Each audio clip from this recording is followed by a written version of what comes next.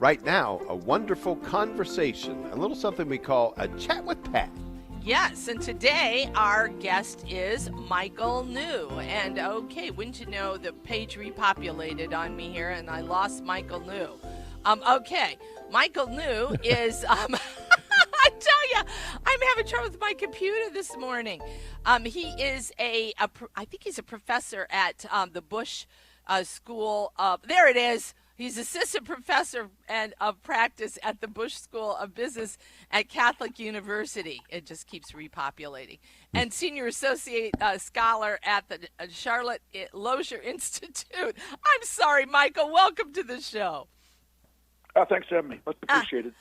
You wrote a quick little article here in National Review about the new Knights of Columbus and Marist polls, and that it shows a strong support for many pro-life policy goals. So why is this poll so different from other life polls that have been taken?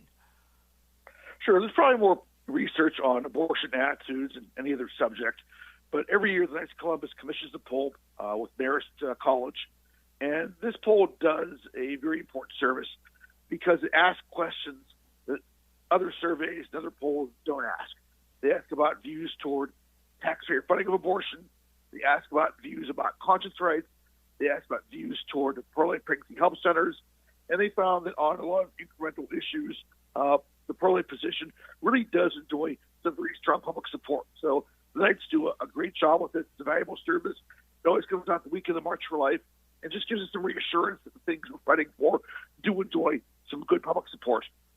So, Michael, do people identify themselves as pro-life, pro-choice, pro-abortion in this poll so they know what they're dealing with, or is it just very randomized? Do you know? Well, it's very clear that it's a poll about abortion, and they do ask the pro-life, pro-choice question. And unfortunately, this poll, the number of people who identify as pro-choice do outnumber those who identify as pro-life. But, sometimes labels can be misleading. Yes. And when you look at the actual issues, you find there's a lot of support for a lot of things that pro-lifers support. That right. 63% support the conscience rights of healthcare professionals. 84% support the work of pro-life pregnancy help centers. So labels can be misleading. Politics field issues of policy, and a lot of things that pro-lifers want do enjoy pretty good support. So, Michael, what struck you most about this poll? And then what kind of policies do you think can come from this if the government takes this seriously? Well, I would argue the most important finding was that 59% thought that a woman seeking a chemical abortion should have an in-person exam with a healthcare professional. And that's a very important issue these days. That ever since the COVID pandemic, it's been the Wild West. Women seeking chemical abortions can do so through telehealth. They can meet online and have the pill shipped in the mail. And unfortunately, that's undermining a lot of the very strong pro-life laws we've enacted since the Dobbs decision. By some measures, about 25% of all abortions now take place through telehealth. And this is obviously fatal to unborn children, but it's terrible public health. I mean, if a woman is in ectopic pregnancy and has an abortion, that could be fatal. If a woman's further along in gestation, she realizes as a chemical abortion, that could result in some very negative, serious health consequences. So the Trump administration, FDA, could do something about this. They could restore the old rules tomorrow and at least make women seeking chemical abortions have an in-person visit with a doctor or some other medical professional. They've not done so yet. But this poll shows that such a policy would enjoy strong support. Yet 59% do think a woman seeking chemical abortion should at first have an in-person exam with a medical professional. Is that being talked about in the administration, do you know? Or because you said they could restore the old rules. So is that being talked about? Have you caught anything on that? Well, pro-lifers have made it a priority. We made it very clear that this is something that's important to us. Pro-lifers like Lila Rose of Live Action and Marjorie Danfelser of SBA Pro-Life America and Kristen Hawkins of Students for Life. Pro-lifers have been very clear that we do want some action taken on this. The Trump administration acknowledges this. They have said they're doing a study on the safety of these chemical abortions that are done by telehealth. They've been kind of weak on the details. Okay. A lot of us think they're just delaying things until after the 2026 Midterms. elections, right? Which I wish they wouldn't do. This is an important issue Right. You know, lives are at stake. You know, Right. both the health of women and the lives of countless preborn children are at stake here. This shouldn't be a politicized decision. It should be a decision based on, you know, building Right. a culture of life, and they should take action, I think, today. Did anything come up, Michael, on the whole thing of internet, you know, that you can get abortion pills sent to you from other countries? Well, I mean, I think that would be kind of with, you know, an in-person exam, that Okay. question. I mean, we don't know where these chemical abortion pills are coming from. Right. You know, it's totally, you know, deregulated.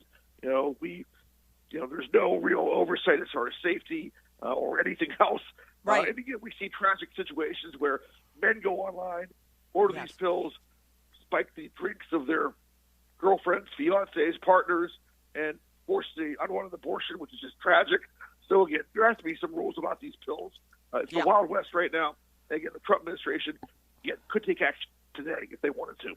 So there was some talk about the Hyde Amendment, because you mentioned people, the majority are opposed to taxpayer dollars being used for abortion. And there was some kind of equivocation on the Hyde Amendment, like, well, you know, where does that stand, do you think? And is that something we need to keep in front of us all the time? You know, absolutely. That right now, kind of one issue we're dealing with right now is Affordable Care Act subsidies. You know, back in 2010, President Obama signed the Affordable Care Act, and Democrats controlled the presidency, the House, the Senate, and unfortunately, we couldn't get protections in for taxpayers that time. But now, you know, they have to renew these subsidies. And again, one way to try to get more people health insurance is to create these subsidized plans at the state level. These plans get subsidized with taxpayer dollars. Okay. We want to make sure these plans don't cover abortions. Okay, we want to make sure that, you know, again, if tax subsidies are, you know, financing or supporting these plans, they do not cover abortion. So we, Republican president, Republican House, Republican Senate, we can do this. So the Trump administration has kind of wobbled on it, but we need to make sure they stay strong, and we got to make sure that these taxpayer dollars don't fund, you know, health care plans that are available through the Affordable Care Act.